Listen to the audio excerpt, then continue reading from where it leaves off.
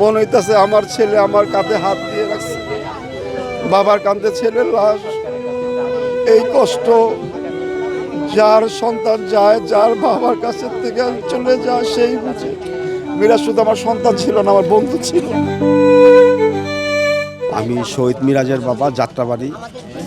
আজকে 1 বছর 7 মাস 8 মাস চলিতেছে। আপনারা জানেন যে সমস্ত পরিবারগুলা ভিকটিমের লাশ আমরা শনাক্ত করতে পারি নাই, আমরা প্রতিটা মন্ত্রণালয় কাগজপত্র দিয়ে আজকে এই জায়গায় আমরা এসেছি।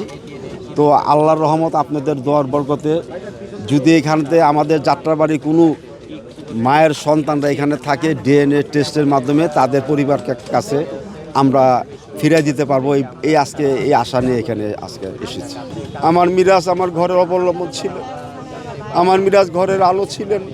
অন্ধকার হয়ে গেছে আবার, সেই অন্ধকার থেকে মনে হয় না যে বেরোতে পারবো।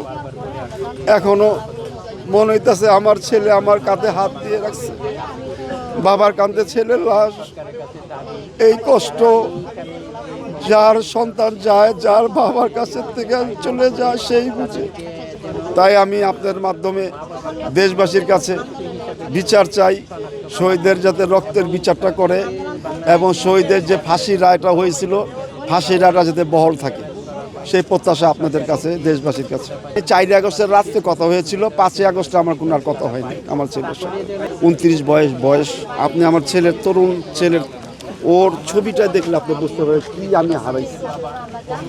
এরকম একটা সন্তান যার চলে যায়, সেই বাবা কি অবস্থা থাকতে পারে, কি থাকতে পারে, কিভাবে চলতে পারে সেই বাবা।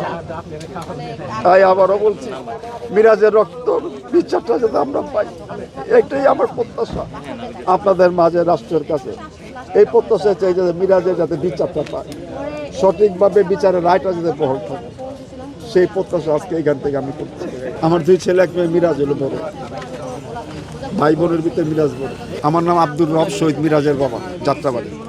মিরাজ একটুখানি আমি রাত্রে ঘরে একটু দেরি করে গেলে বলতো, আব্বা তুমি কোথায়? আমার মিরাজ রাত্রে দেরি করে আসলে আমি বলতাম, বাবা তুমি কোথায়? মিরাজ শুধু আমার সন্তান ছিল না, আমার বন্ধু ছিল।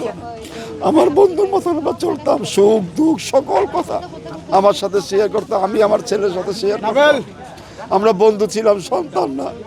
সেই সন্তান হারিয়ে আজকে আমি বনের মাঝে যেমন একাকার, সেই তুফানের ঝড়ে আমাদের, সেই অন্ধকারে আমাদের ঢুকাই দিয়ে গেছে। তাই আমি আবারও আপনাদের মাধ্যমে আমার মিরাজের রক্তের যাতে বিচারটা পাই, সেটাই বড় ইম্পর্টেন্ট কথা।